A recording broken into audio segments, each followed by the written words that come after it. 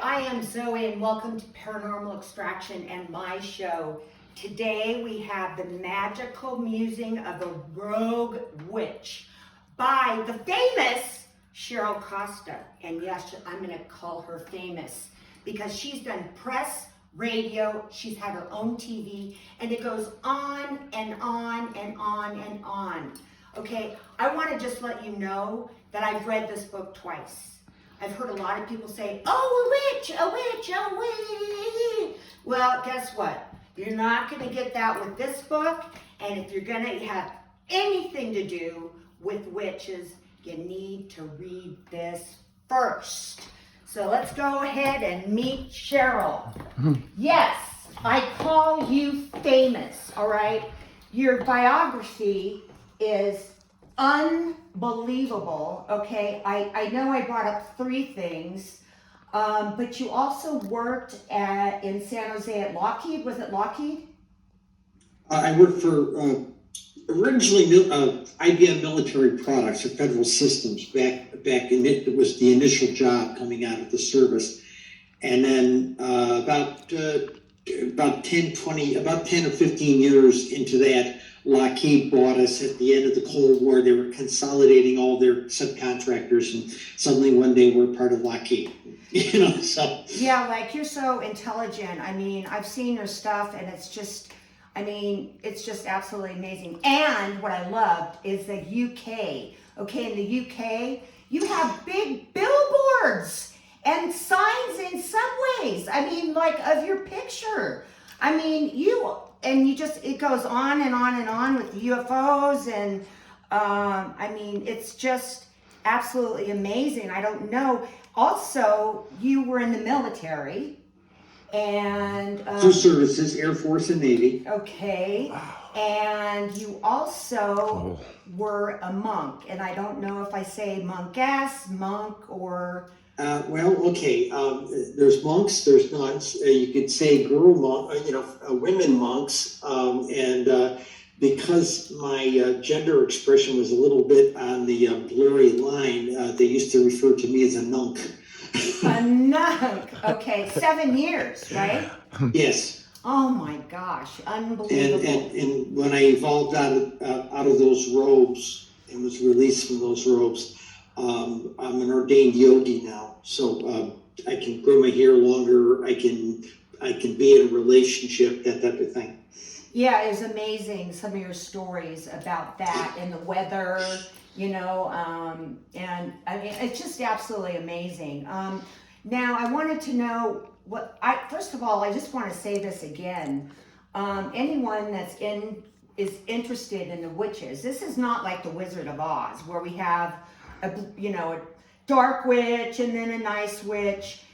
People have also said to me, knowing that you're going to come on, they're like, make sure you put a lot of protection around you. And I'm like, look, you have no idea. This is nothing to do with what you think it has to do about. So tell me, what is a rogue witch?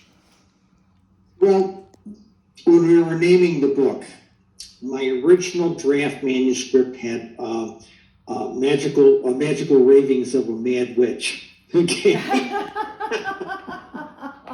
Well, you kind of are mad at times. Well, yeah, but then me and my publisher had to have a long chat about this, and we toyed with the idea of there was another title, and again, it seemed to make me sound like I was maladjusted, But the bottom line, during the course of a long conversation, it was a morning-long conversation about what the title of this thing was the fact that over a period of 44 years, and let's say over about a 30-year window, I was invited to join a couple of covens, different places in the Washington, D.C. area and everything. The problem is, if I had joined those covens, I would be marching to somebody else's roles, and I wouldn't have done most of the things that I'm credited for doing. Exactly. And I certainly wouldn't have written a book like this because I would be marching to somebody else's rules.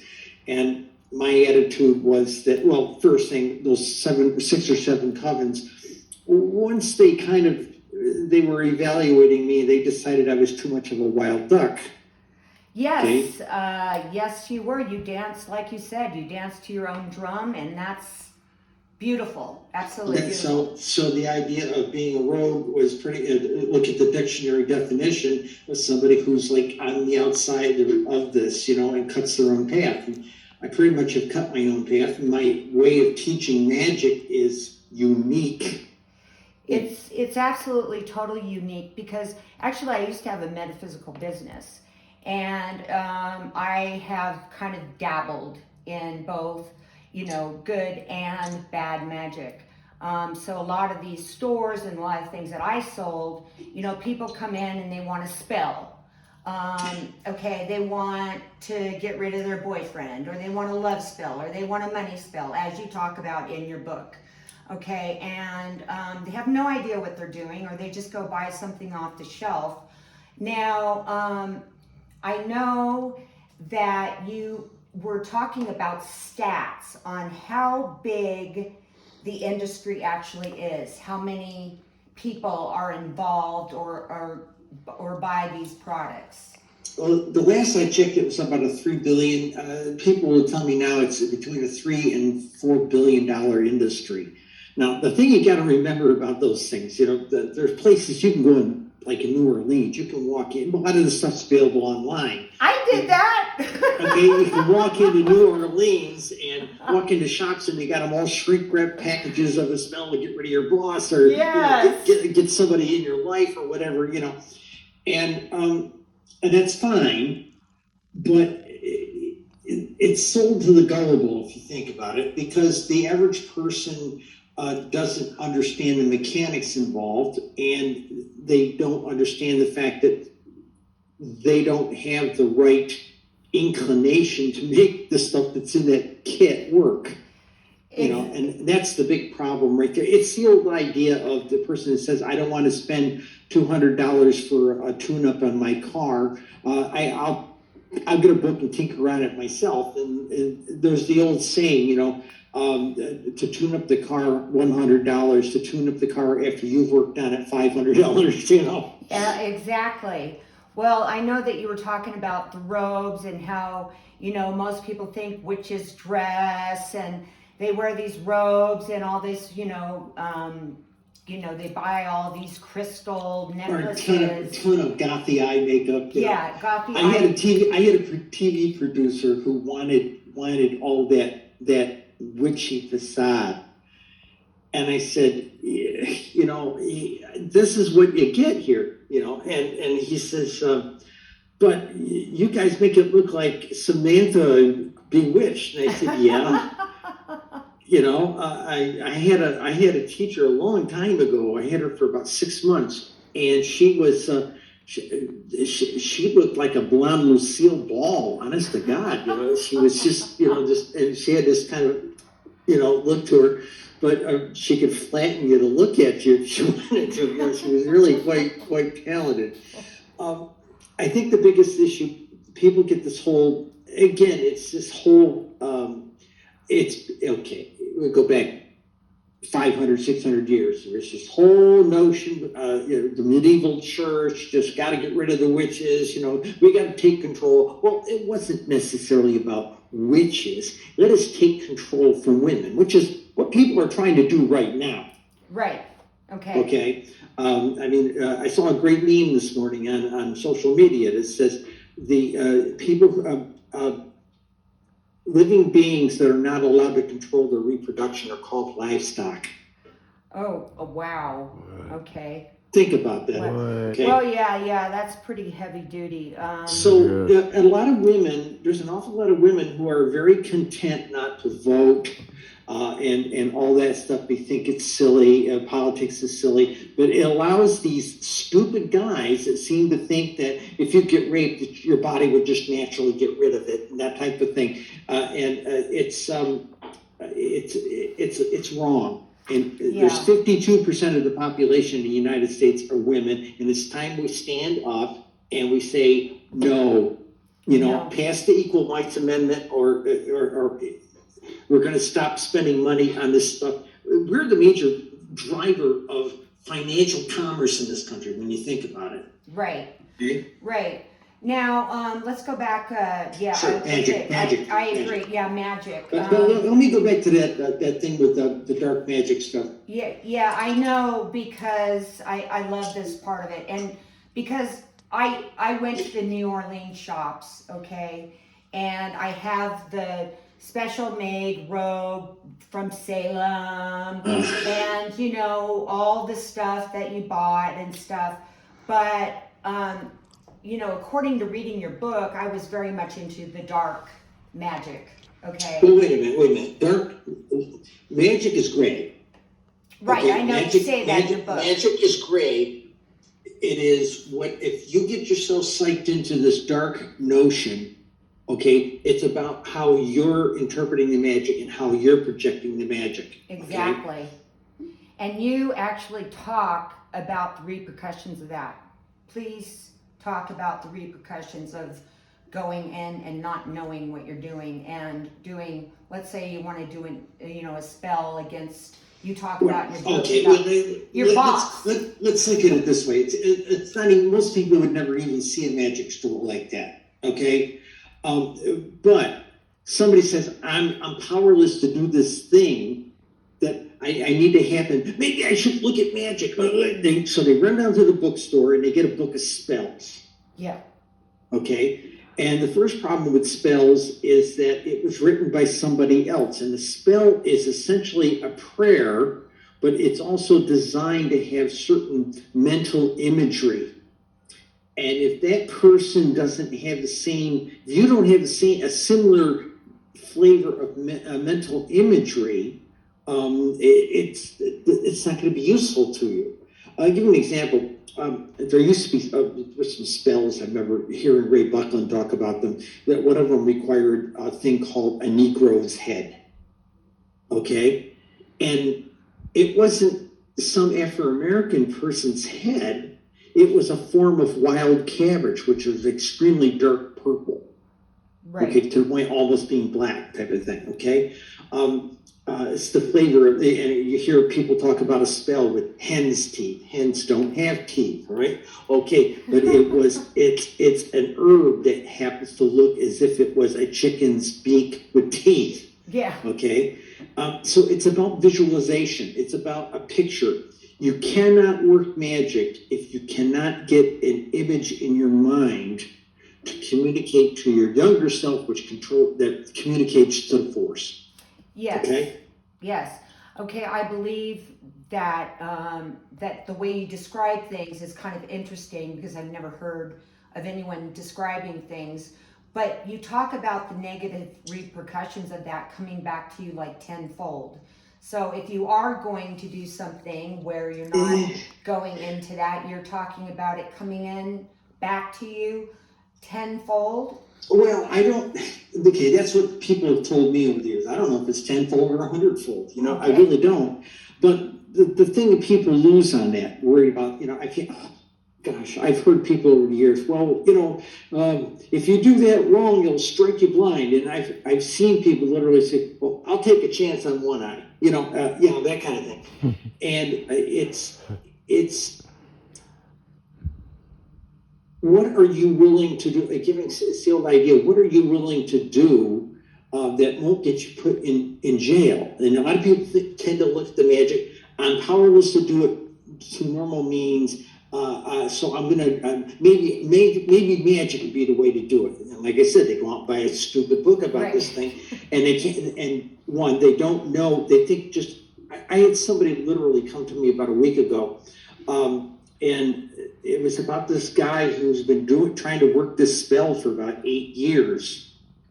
And it was a very dark spell. Okay, and I looked at what he was doing, and the question I asked was, I said, you're just repeating words, aren't you? Well, that's what you're supposed to do. And I said, no, you're supposed to be visualizing. And he couldn't get it through his head. He had to get a picture in his mind. Right. Okay, and this is the part that nobody talks about in the witch shows on TV or things like this. That it's not about. You give me I talk about anything. You don't get magic by having some long-winded ancient incantation. Exactly. Okay, actually, the shorter the better. Okay, the words, if you have words, they need to generate imagery in your head. People stuffing little bottles with herbs and a little note that says, I want to do this or something like this. The younger self doesn't understand this. It's a non-verbal game of charades to communicate to the younger self, which is that spark of life force we have in us that is connected to everything, everywhere, everywhere. Right. And so reading a great big incantation, we got some guy robed up and everything, makes for great drama, but it's absolutely crap for working real magic. Yeah. The other manifestation, people are always asking me, it's just like, oh, okay, here, we might as well have a stage prop here, okay? Okay. Hey, got lots of them here, Yeah. One for both hands, Yeah, both sides of the brain, okay? Okay, where's your knife? The ones you had made for all of the people that came to your class.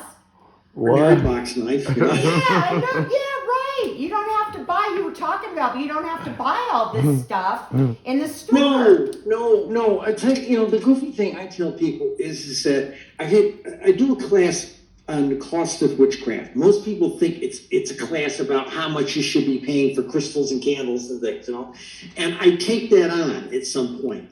I've had people tell me they wanted to get into the craft, but it was going to cost too much money.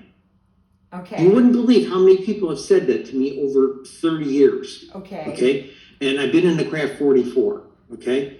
So what it amounts to is the first thing. You can go to, if you want to be in the craft, you don't have to have a silver or gold chalice for your altar. That's right. Okay. You don't have to have a $300 Swiss blade on your altar. Okay, you don't need to get a crystal wand with a silver wire wrapped around it encrusted with jewels. This was made for me, and I had a box of them, of about 50 of them made for me for about $3 a piece. Yeah. The guy had an old retired guy had a lathe, and he was selling, quote, Harry Potter kind of wands, right? Right. And we went to him, actually, my spouse went to him and said, we'd like to order 50. What kind of a breaking price? What shape? What shape? And he said, how about this? We gave him a measurement of different people's length of their elbow to their hand type of thing. Yeah. And we said, you can make them any shape you want. That guy went crazy. He had a ball. Oh. No two of these look the same. Right. Okay? Cool. And then there are different lengths and everything. We had a crate of about 50 of them made up. Average, they all worked out to about $2.50, $3 a piece. Yeah, and you gave these away in your workshop. Yes, I did. Yeah, I was giving them away. Yeah. The other thing is, I had somebody about a year ago wanted to set up an altar. So quite literally, I took her over to the secondhand store. Yeah, I read that. Milk glass crystal goblets and things you're buy for like $2 or something like that. Yeah. Made a lovely thing. You don't have to have silver. You don't have to have gold. And I said, you're going to want to put treats in the quarters, and they said, okay. And I know people who have gone out and got silver-plated little pallets. I said, wait a minute, what's this yuppie entitlement stuff? You think you got to have this stuff that looks as good as anything you find in a Catholic church, I said, I took this lady over and I said, look, here's 5 saucers. And they're different colors. And I said, they're all pretty much close to the colors you need for each quarter, right? She says, yeah, 50 cents a piece, buy the whole set. Big deal. We walked out of there for under $20 with everything she needed on an altar. Right, exactly. And it would have costed $2,000, let's just say. Yeah, if you went out and bought all the if top you of the went- line right, stuff. Now, exactly. this happened back in the 80s, but I'm going to say a lot of middle-class yuppies got into craft. And they just started pouring money into it. They're very custom-made robes and things like this. And I was taught. Give you an example. Again, that wand. Okay. Yeah. My first one, my teacher taught me to go out and find a small little sapling that was growing up. One of those things where a seed landed next to underneath the drain pipe for the roof, and had grown up about 2 feet or 3 feet. Get out there and whack that sucker down, whittle off things, get it shaped the way you want, get daddy or your brother-in-law to drill a little hole in the back. You put some of your fingernails, maybe a drop of your blood in there, and then seal it up with either wax or a little bit of super glue or something. And there is your customized wand. And I had a lot of my students would go out and do exactly that. They'd find a branch out here that they could take. They would take it off. They would carve these things. One lady, it was a lot thicker than this. It was about like a felt. It was more like a Sharpie. And she made it look like a snake all the way around, and the head was at the point of the wand, okay? And she went out, and she was a craft lady, so she went out and she went to the doll shop, and she got a couple of these plexiglass eyes to put on the end on the snake. Oh, that's right. That's in your book. Yeah. Right, okay? Yeah. And it was a beautiful wand. She painted it, and she was using it even though she hadn't painted it yet. Yeah. In fact, she was using it all the time. She was carving it, you know. It was, every time we came to a Sabbath circle, you know, it was always a little bit more done, you know, that type of thing. And she did a huge working with it one night. And it was the next day we were looking at the wand, and the plexiglass eyes had frosted over. Yeah. Because of, you know, delivering the energy off the end of the thing, you know. That's right. So, but, you know, people say, well, what do you use for a wand? Yeah, okay, I approach the wands as stage props. They're an item for orchestrating. They're an item for directing the energy. But 3/4 of the time anymore, when I do stuff, I don't even cast a circle. I don't need to. I just throw protection, you know, around the state, for God's sakes. You know, just do it, you know, when you get to a certain point. And if I have to point, I usually use my finger. I don't walk around the circle out there with a huge sword. I got one, but, you know, most of the time, I don't use it. Yeah. In fact, a lot of people with diathermy, the whole idea, you know, they want to have that knife for doing the great rite, you know, the male and female aspect of it, okay? Well, from my viewpoint, I am a mixture of both. So instead of doing this stuff, I should probably pour the thing full of plaster and just anchor the knife inside the goblet. You know, because I am both. I'm everything, which is what a witch should be attempting to do, is blend. Already, the energy is already in there, but make peace with that energy of male and female energy. We are the embodiment of all that is, every emotion out there. Edgar G. Robinson said that kind of stuff 50 years ago once in an interview. Every human being has the potential inside to express every emotion and every feeling. So this is what this is. We are everything. This is the chicken suit is just a mechanism for reproduction. That's it. Okay. Yeah, what I loved, okay, so I want to move a little bit further on in your book on some things that I really dug. Now, in your workshops, tell us about bread, your bread story. Bread, okay. So, because... In what context? Context? You know, we're talking about people coming into your workshop and some people leaving after this. Okay, because they didn't understand, you know, how this goes, but why someone would make a piece of bread, or why would you have them do this? Okay. The story goes, let's see, this is back around 1992. 3 priestesses, 93, 3 priestesses. 2 of them were very senior elders. And both of them were former, one was a retired government employee, had a real high-powered job in the government. The other one was another government employee. It was DC. We had a lot of government employees in our groups. And there was me working for a contractor, defense contractor. And we were having a kvetch one night. We were sitting there shooting the breeze over dinner and complaining about the fact that you spend a year training 15 or 20 people, and maybe at the end of the year you end up with 1 student. If you're really lucky, maybe 2 students make it to the end of a year in a day. Right. Well, that's because of your style. I mean, they come in thinking something else. but the bread making is what. Okay, well, let me go there. Okay, sorry. So what we decided to do was to do this, we were going to offer like a one-night introduction to craft, okay? And initially we said 15 people, and the craft store called us up and said, hey, we've got a waiting list. I said, how many people? He said, 35 or 40. I said, tell them they can all come to the first class.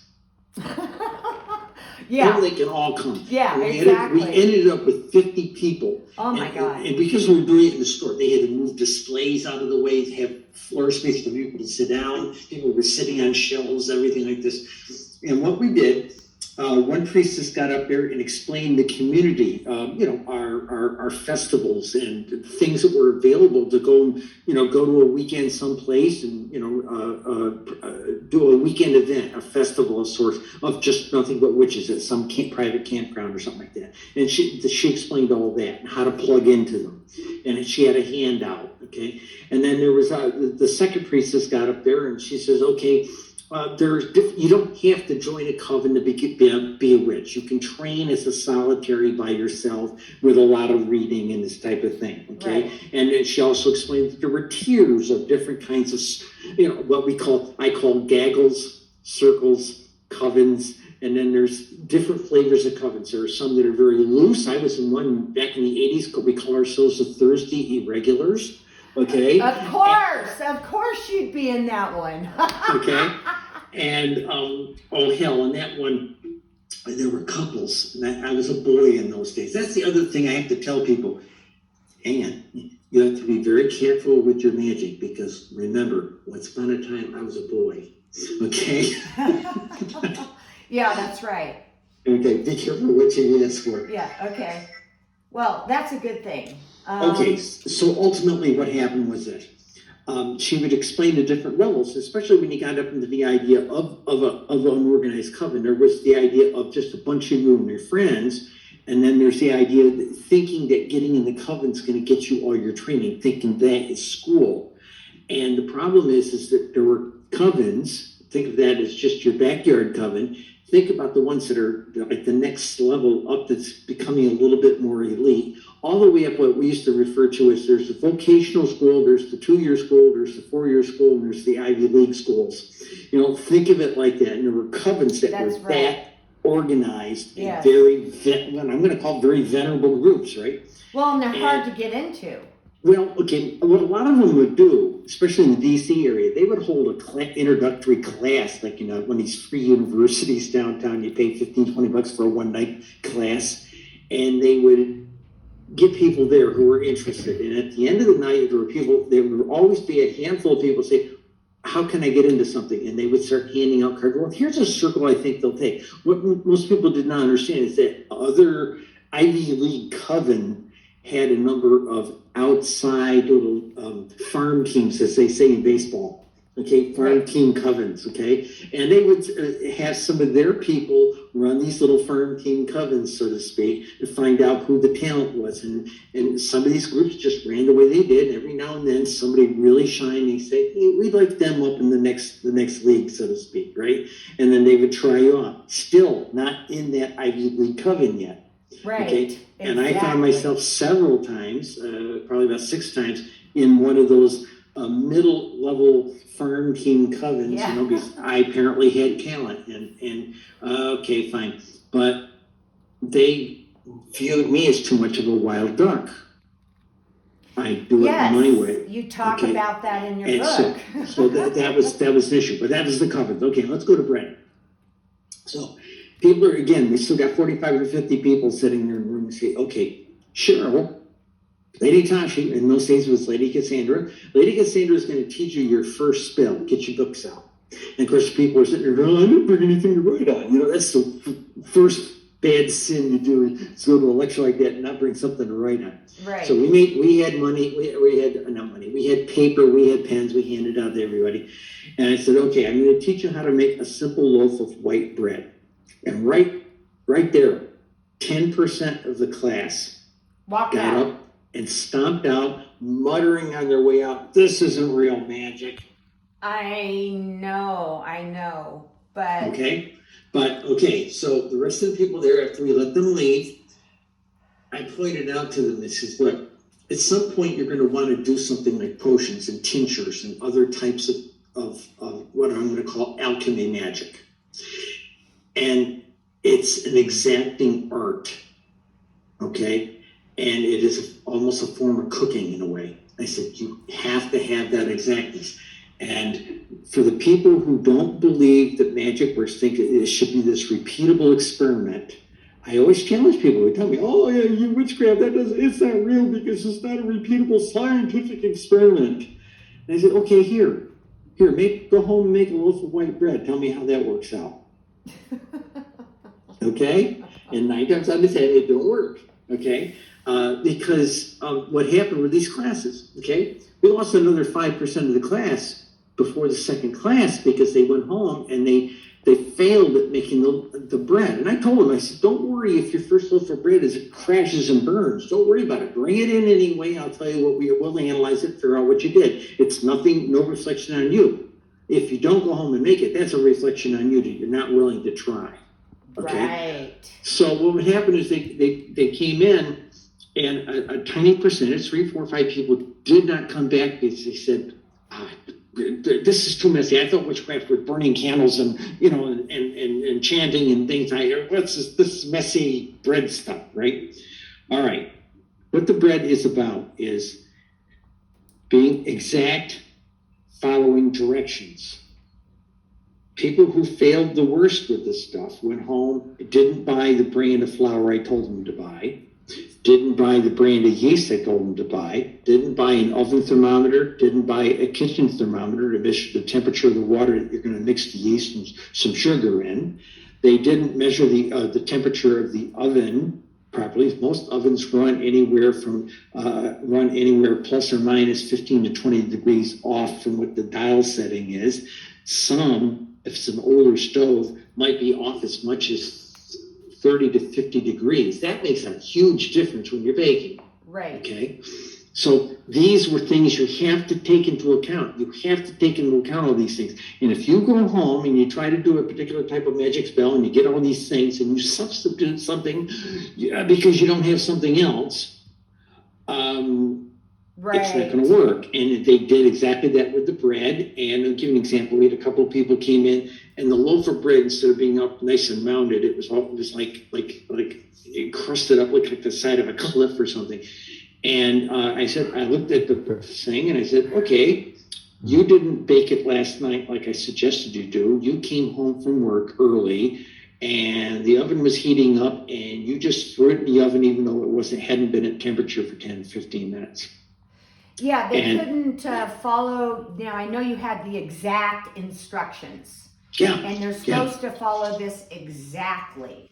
Okay. And of course, some of them would get home and start to make the bread, and a mother would say, "Oh, why don't you? No, we don't eat white bread. We eat whole wheat. Yeah, because you do it with whole wheat, and unless you put gluten in there, which we did not have in our formula, it's not going to rise properly." That's or they right. would say, "Oh, let's use brown sugar instead. I don't eat white sugar." Okay, fine. It wasn't about whether or not you would eat the bread. It was about how you were making it. And so people had this attitude of, I'll throw some raisins in, or I'll use brown sugar, and somebody went out there and shopped, and they didn't buy the specific brand of flour I suggested, and it was at a particular supermarket. It was very proliferated around the DC Beltway, and I said, buy this, and they went out and they weren't paying attention, and they grabbed a loaf of a bag of self-rising flour. Now, you go and put yeast in a self-rising flour, you're going to look in at your bread at some point, and it's going to be growing stalactites coming out of the bread tin down burning itself onto the bottom of your oven, because you're going to have like twice the rising coming out of it. You've got a chemical rising function in there, baking soda, baking powder, that type of thing, and you got the yeast trying to make it grow. Okay. That's right. And so we saw everything. And the people who were brave enough to come in with their messy loaf of bread, we were able to sit down, tell them what to do next time, and usually within 2 or 3 classes we had it corrected. Okay. But the thing is, we lost a third of by the time we got to that point, we had lost a third of the class. Right, because they couldn't follow the instructions. or they got their ego wrapped in it. And I say this in the book, get your damn ego out of the magic. That's right. And you need to be able to focus. And that's this is the whole reason why you have them do this. Yes. Because, and it's also accept, you got to be willing to accept failure. Yeah. If you can't accept failure, do not get into magic, because magic is loaded with failure. Yes, there we go. Okay, so a lot of things have to come together for it all to work. I tell people who say, "Oh, it's not a repeatable science." I said, "Yeah, I can mix all those same ingredients exactly this and do it identical to the way I did it last week, but you're different.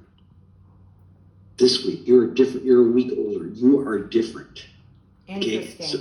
Okay? And you are as much a part of that as is the substances you're working with. But what a lot of people didn't ever get, and in those days I didn't verbalize it the same way. So I was trying to get them to knead the bread as a form of meditation. Yeah, that's right. Yes. Okay, knead the bread. And one of the best classes I ever taught was 2002 to 2004. We met on Saturday morning, and we started with the bread. And these were post-high school, college, vocational school students. They were 18 to 20 or 21 years old, okay? I had them come over. I had rented the ranch-style house because at that time I was a Buddhist nun, and I had to run a center at the request of my order, okay? So I had this nice ranch-style house. The front living room and dining room area were public space, okay?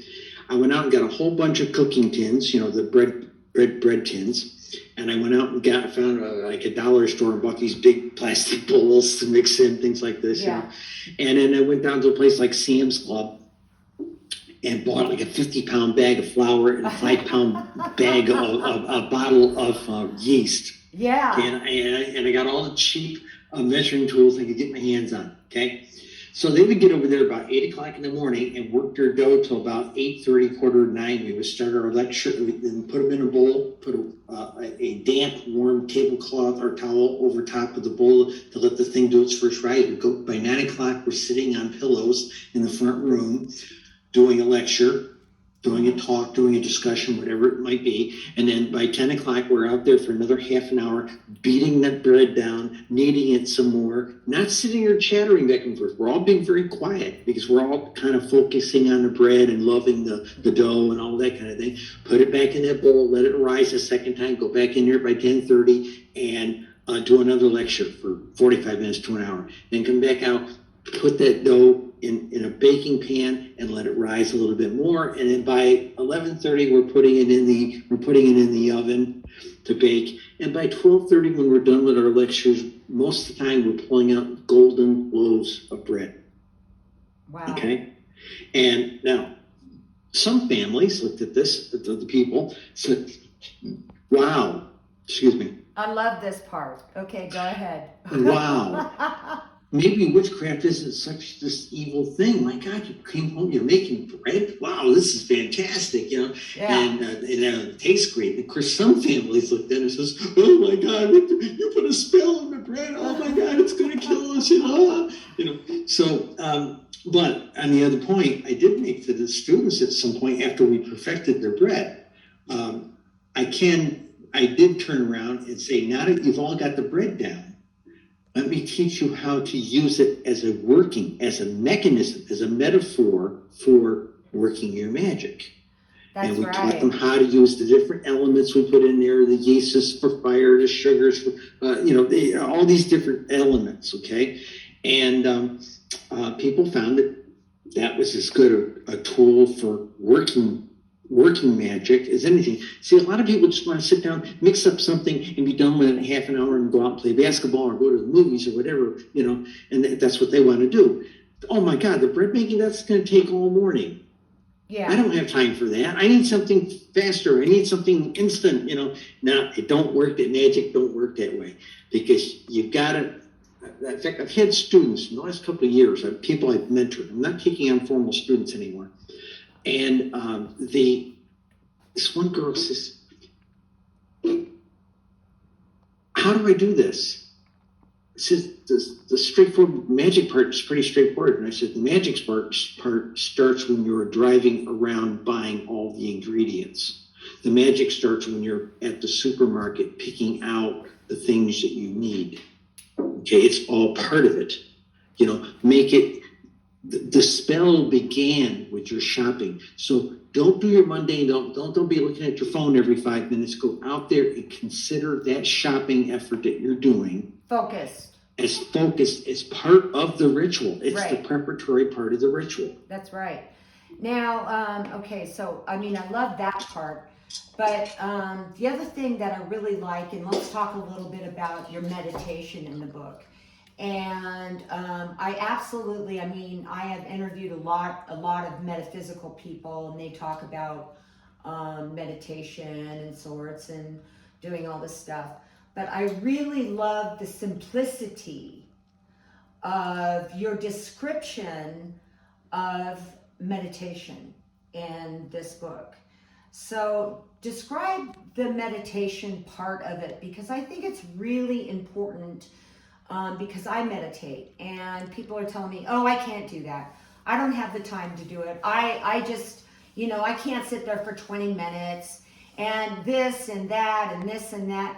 And you said it perfectly. 2 minutes a day, right? To start, yeah, for a couple of months. Okay, for a couple months. And some people act like you're putting their fingers in thumb screws. Exactly. They don't want to be a warm. Okay, here's the issue for your viewers.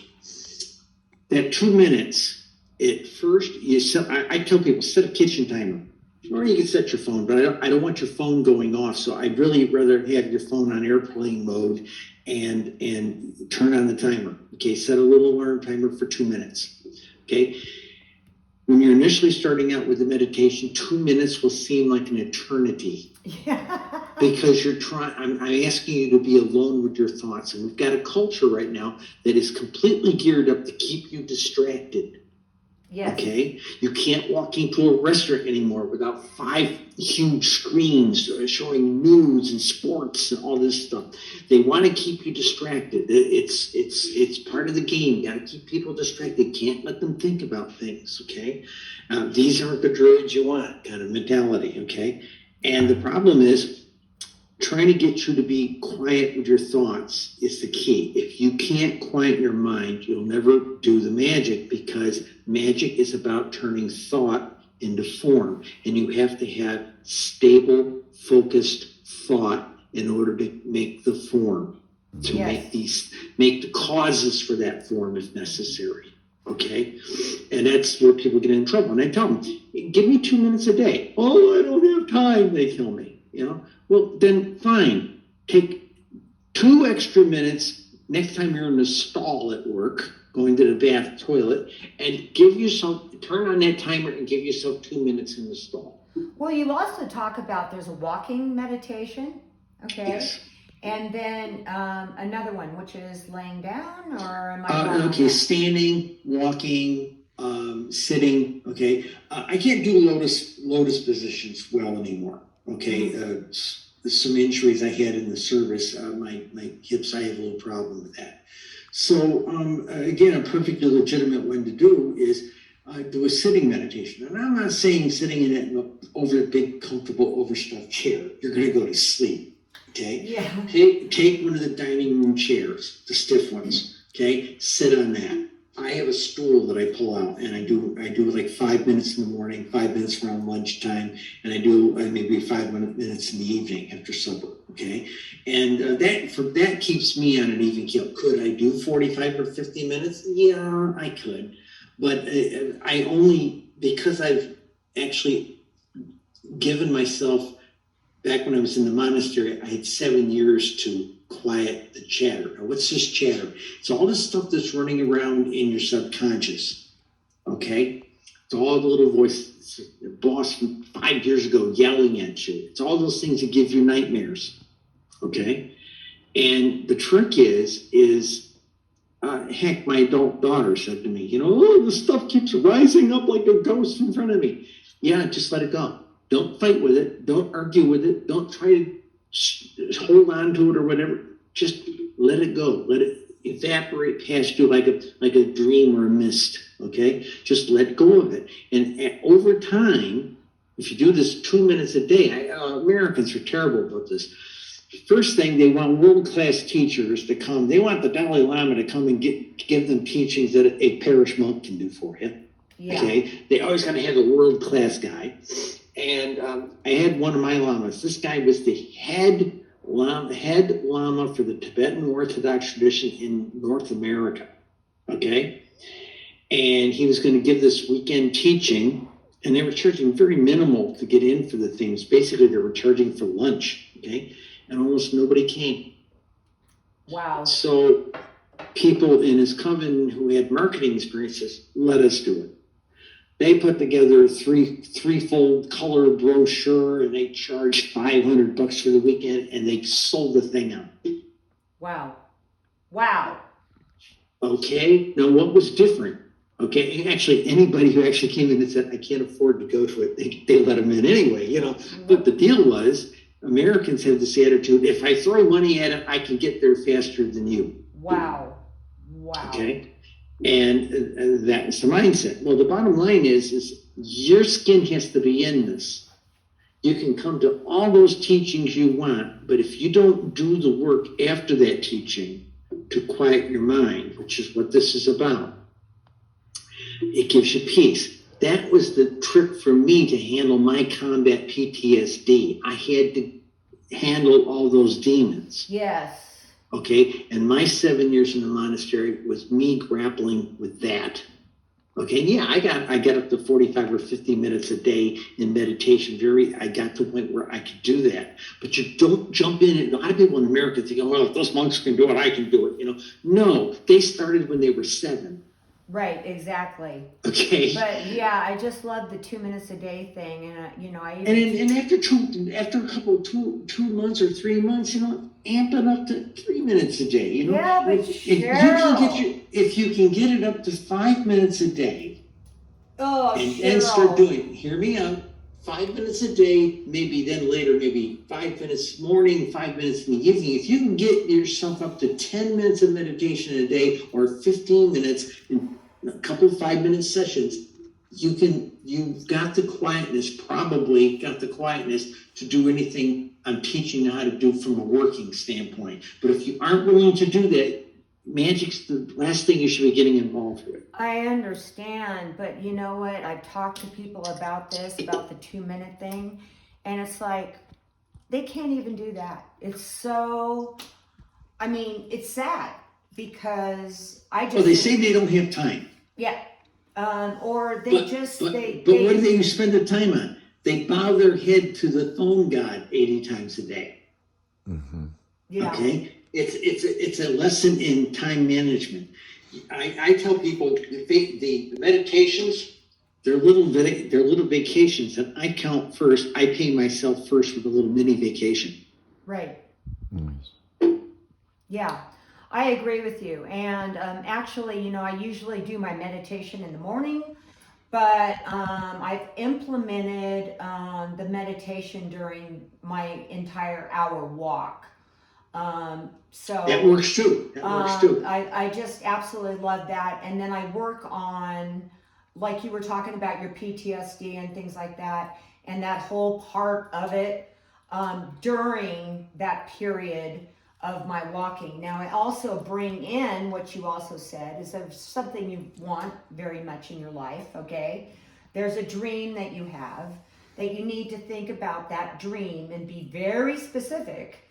At least, what was that, a couple times a day as well. Mm-hmm. So it's the same thing as that. So so moving on through the book, I can't remember. I mean, you talk about remote viewing, UFOs.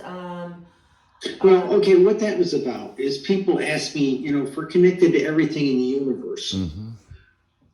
why can't I reach out and have a telepathic communication with somebody on Zeta Reticuli 39 light years from here, you know?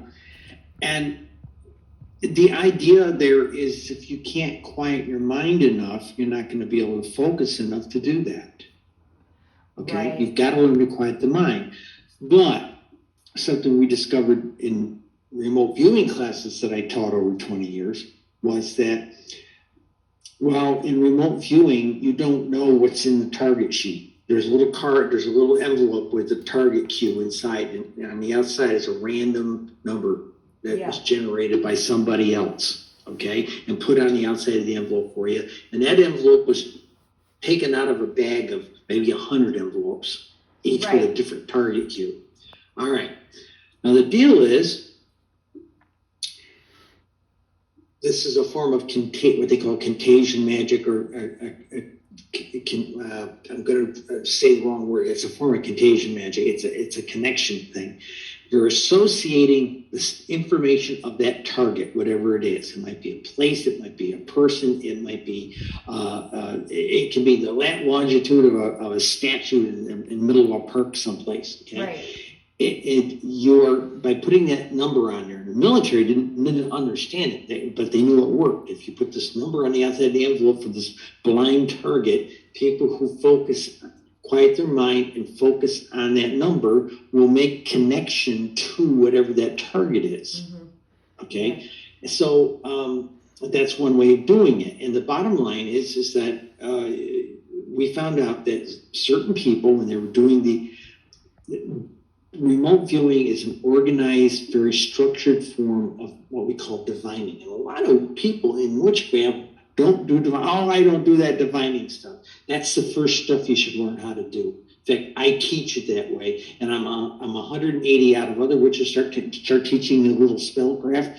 I teach you meditation and divining first, because you got to develop that relationship with your younger self. Yes. Okay, and you can sit there and burn all the candles you want, all the incense you want, charge all the crystals you want, but you can't quiet your mind. You'll never be able to master the focus, and you'll never be able to master the imagery in your head to make something happen. Right. Exactly. Okay? And this is where people get themselves into trouble, because part of the thing, I think I said it in the book. I said we've been teaching magic ass backwards for a long time. Oh, well, yeah, absolutely. Because, I mean, like, I read your book twice. And, I mean, everybody should read this book first. I'm going to recommend one thing, though. If you go out and buy the book, you can get it on Amazon. Yeah. Okay. Just go to the book search part on Amazon, put Costa, Costa, and Witch, you'll get the book. Okay. The thing is, I've had a lot of mail from people who bought the book. I've had it from Europe, email, all this kind of stuff.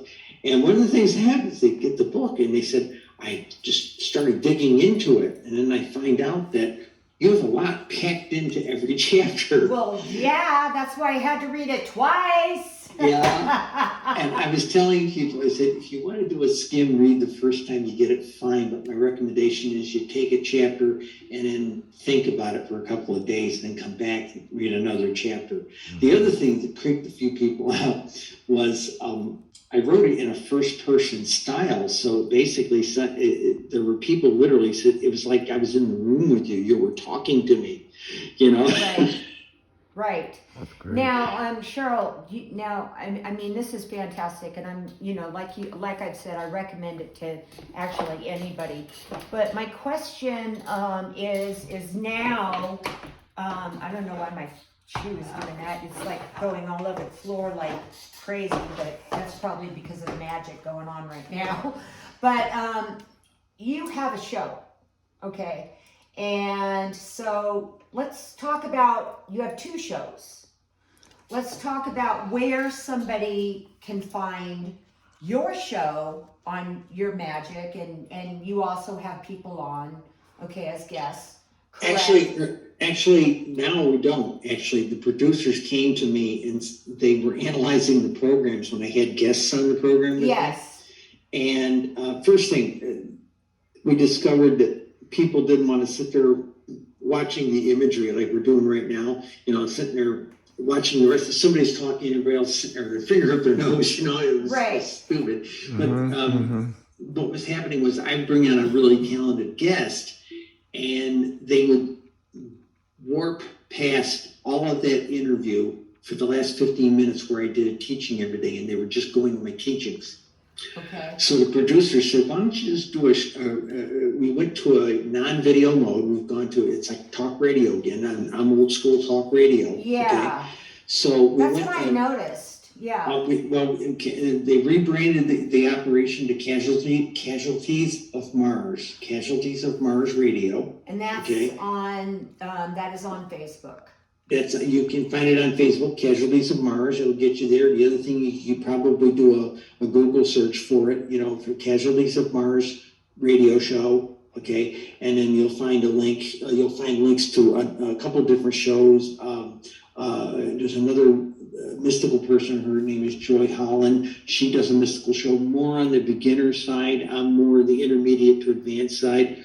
And we complement each other very nicely. But we've stripped the pictures off and just kept the audio. So it's like listening to a recording of a talk radio program online. And in my case, since my producer asked me to stop inviting guests on and just talk to the audience, since I know it anyway. So I'm doing shorter shows. I'm doing, instead of like 50 minutes, 60 minutes worth of interview, I'm doing like a 10 to 20 minute. I noticed that was great. And I think in fact, I'm getting ready to record about 3 or 4 more. I had to take a little bit of a break for a week or two to think out how I'm going to do this. Because one of the last shows I did, I'd given the class, the people online, I said, here's a target, here's an envelope, and I held the target right up to the camera, and I said, here's the target numbers, okay? See if you can remote view. I told them how to do it. One person, hundreds of people watched that program. One person sent me an email. Wow. With the information. Cheryl, now, can we see these on YouTube? Yeah. These new shows? No, you can't. We've taken the video off of them. The video's no longer on them anymore. Why? And you know what? As an interviewer, I always say what I want to say. I really don't care. But all the people that I've actually sent, and as we talked, I wanted a specific video that is no longer there, but wanted to go. They go on YouTube. They do not want to listen to a radio show. So, and a lot of them are. If they're still available in an audio-visual form, they're going to be on YouTube. Okay. Oh, okay. Okay. And if they go either looking for Psychotica or they look for Casualties of Mars, it's been rebranded. So I think it's all going to be Casualties of Mars on YouTube. Some of the video interviews might still be there, but basically the producer found that everybody was going to just my teaching, so that's why I'm only offering 10 to 20 minute tidbit classes. Well, and I agree with you, because most people don't, we try to keep it to 35 minutes, but nobody would ever go that long. It just goes on and on and on. But what I'll do is I'll mention, at the end of the show, under, what I'm going to write, the description, I'm going to mention where they can find you on these things, because everybody I know is all mixed up. They're just like, they're all mixed up from, where you started, and then the Psychotica changed to Casualties of Mars and all of this stuff. So, I didn't have any control over that. I know. I had to step back for 3 weeks and say, okay, guys, what are you doing? But here's the deal. I know Johnny. I know Johnny. So do I. He won't get a hold of me, but I know Johnny. The thing I think is most important is you don't have to start at the beginning with any of these things, of the things I've done. Okay. Don't expect to start at the beginning. Just come in the middle, wherever you can find it, and just start listening from there. Okay. Because at some point I will be repeating stuff. It doesn't matter. You don't have to have the information in a certain order. Mm-hmm. Before you practice, you should.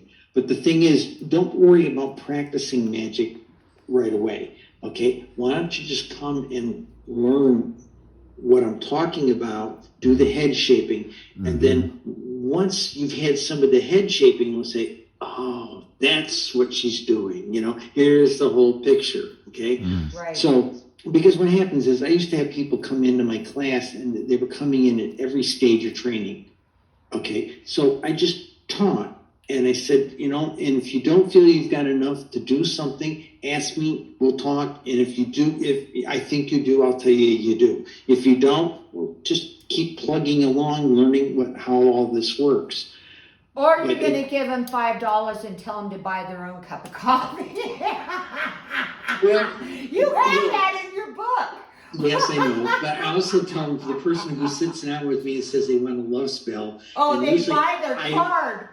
I have two questions. I said, one, why do you think you need a love spell? Maybe you need a stiffener, which is like a little blue pill, And the other flavor of that is, why do you think you need a love spell? Well, here's $5. Go buy a nice card for the lady. I know. I love that part. Or the gentleman, or whatever the case is. I just love that part. So, okay, anything else? People come to you and think as a very public witch. People used to come to the coffee shop I used to be in every afternoon, 3:30 to about 5 o'clock. I'd be over there for about 90 minutes every day. Usually I'm over there writing because I'm a writer. But people would come up to me and, can I talk to you? Are you Lady Cassandra? I'm Lady Tashi these days. But they come up to me and say, can we talk? And I said, sure, sit down. Would you like some tea? I go over tea, what are you looking for? And sometimes you're looking for training. Sometimes you're looking for that quick fix spell. Yeah. And they haven't really sat down, thought the problem out. And half the time I was playing counselor saying, well, why don't you step back and look at it from a different perspective? Or here's a card of here's 3 cards from 3 or 4 friends of mine who are social workers and counselors and psychologists. I know. I used to keep a stack of all my friends' cards, all these people that did this, because I said, there's a point where I'll give you advice, but I said, I don't have a license. I shouldn't be advising you on these things, and I'm not qualified to be. Okay. But, that's the thing. People, they go to tarot card readings, pay $150 for a tarot card reading. They could have got a session with a licensed therapist for actually less. Yeah, exactly. And your insurance would have covered it. Yeah, exactly. Yeah, I know. Anything else you want to talk about in your book? Well, what's actually happened is I've actually had a lot of people come to me now and say, what's your next book going to be? And I said, I pretty much said everything I wanted to say. I've made it as simple as I can. Yeah. I thought all the people that I reached out and said, with the 3rd draft of this thing, I reached out to them and said, would you read this? Tell me your thoughts. I was afraid they were all going to hate it, but if you read all the blurbs on the back, they loved it. So right. I guess I'm doing something right. Yeah, exactly. Exactly. But a number of these people on the back of the book are calling this thing a masterpiece because I cut to the chase and said, this is what magic is. Let's skip this good and simple. This is what magic is. This is what it's not. And this is what it takes to get into it. Yes, that's exactly correct. And as I'm going to say again, if you're interested in becoming a witch, or if you've delved in or a magical adept, you don't have to carry the witch title. Right, and the magical adept, that this would be the first book for me to buy. Okay. Because this pretty much, and it's simple. Come on. There's not that, it's not like it's, this thick. This thick like we normally have, when you buy all these spell books, Yeah. It's just simple. So, I wanted to cut to the chase, and I wanted to basically the first chapter or two. I basically say I explain what magic is. It's turning thought into form. Right. And you'd be surprised the amount of people who disbelieve that it's real. And they'll sit there and say to you, this stuff isn't real. It can't be da-da-da-da. And I said, okay, fine. You don't have to believe. You don't have to believe that it's real. Yeah, exactly. Well, I just want to tell you that I absolutely, as I've been saying it over and over, love the book. Anybody that wants to buy the book, again, here it is. Me too. Okay, and you can buy it on Amazon, real simple. Okay. They can get it to you in a couple of days. They got a Yeah. lot of them in stock, and they'll in fact, we had them print, we publish it, they print it, and Well, yeah, you can, and if you're Amazon Prime, you can get it within 3 days. yeah, So, easy. and then of course I'll list all the other things that you Okay, can. I gotta qualify something. Okay. There are people, they're in the back of the book. If you have a question, I don't want big long epistles of your whole life. If you have a question about the book, something in the book, I do give you my email address, a good operational email address in the back of the book. Okay, and I've had a few emails. I've had a couple of people try and just load me up with an epistle. I'm dyslexic. I can't read huge amounts of text. Oh, come on. No, I can't. Really? No, I can't. No. Oh It was my a disability God. in school. Okay. Really? 140 IQ, and I was graduated in the lower quarter of my class because I had trouble reading.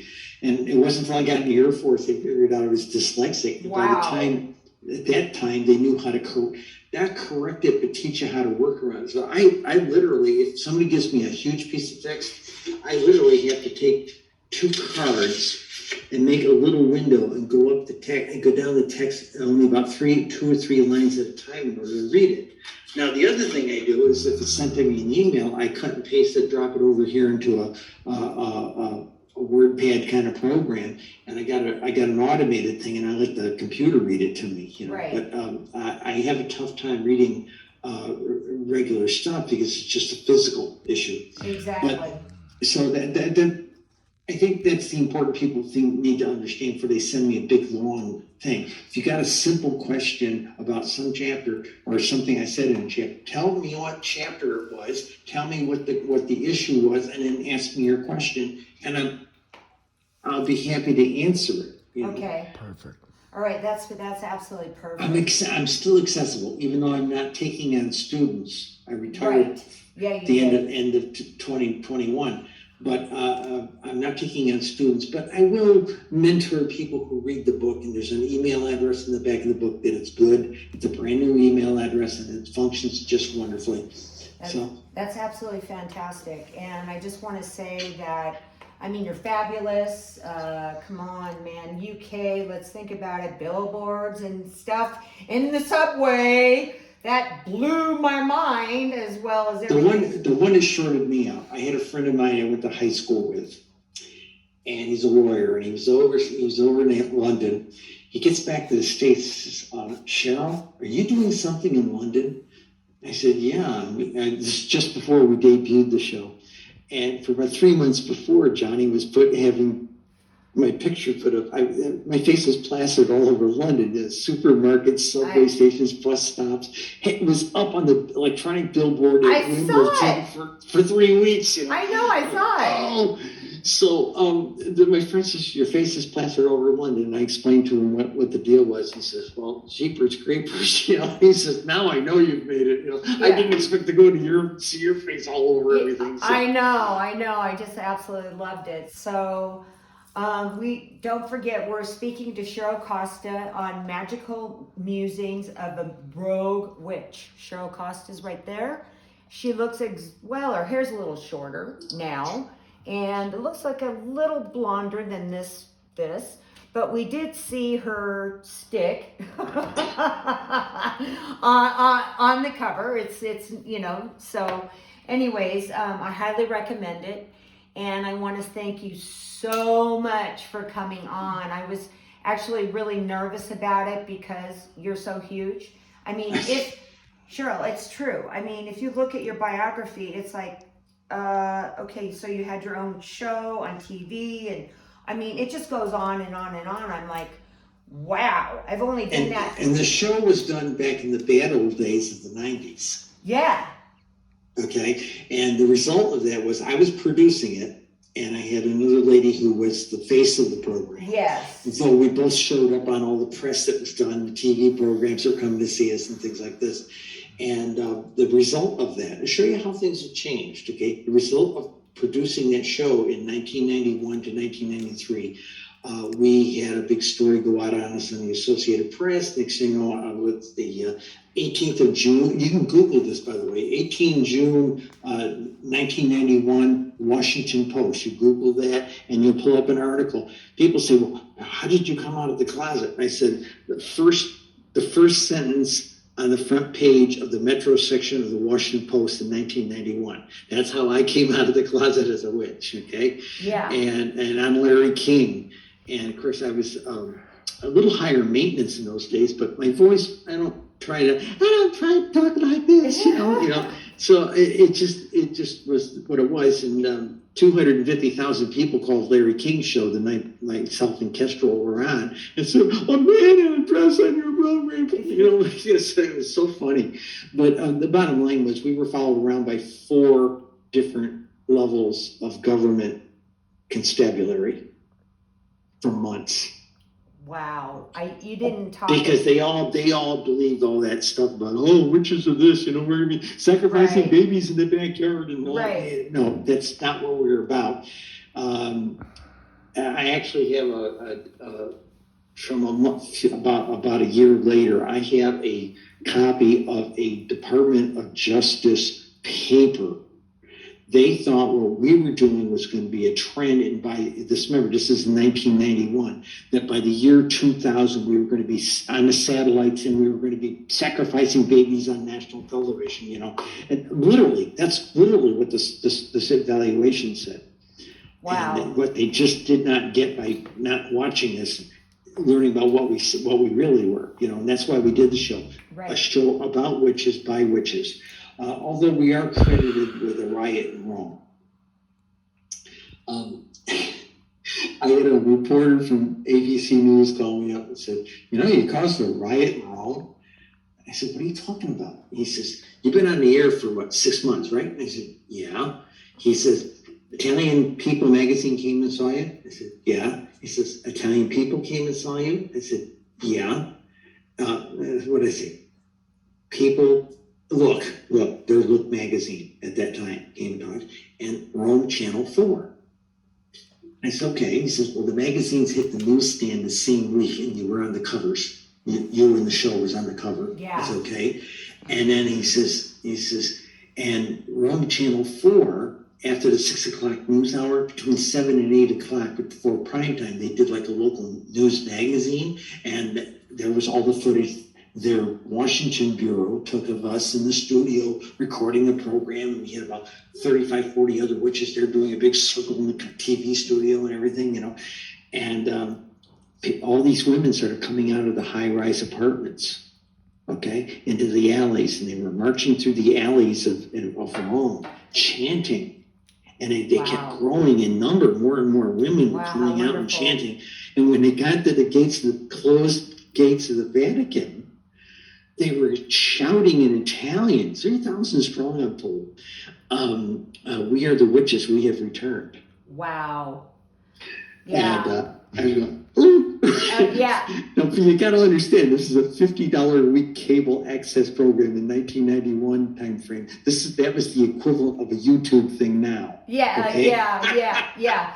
Well, you kind of have a little bit of history with that. All right. I mean, you're way before your time. Okay. So, anyways, I just want to say thank you. Okay.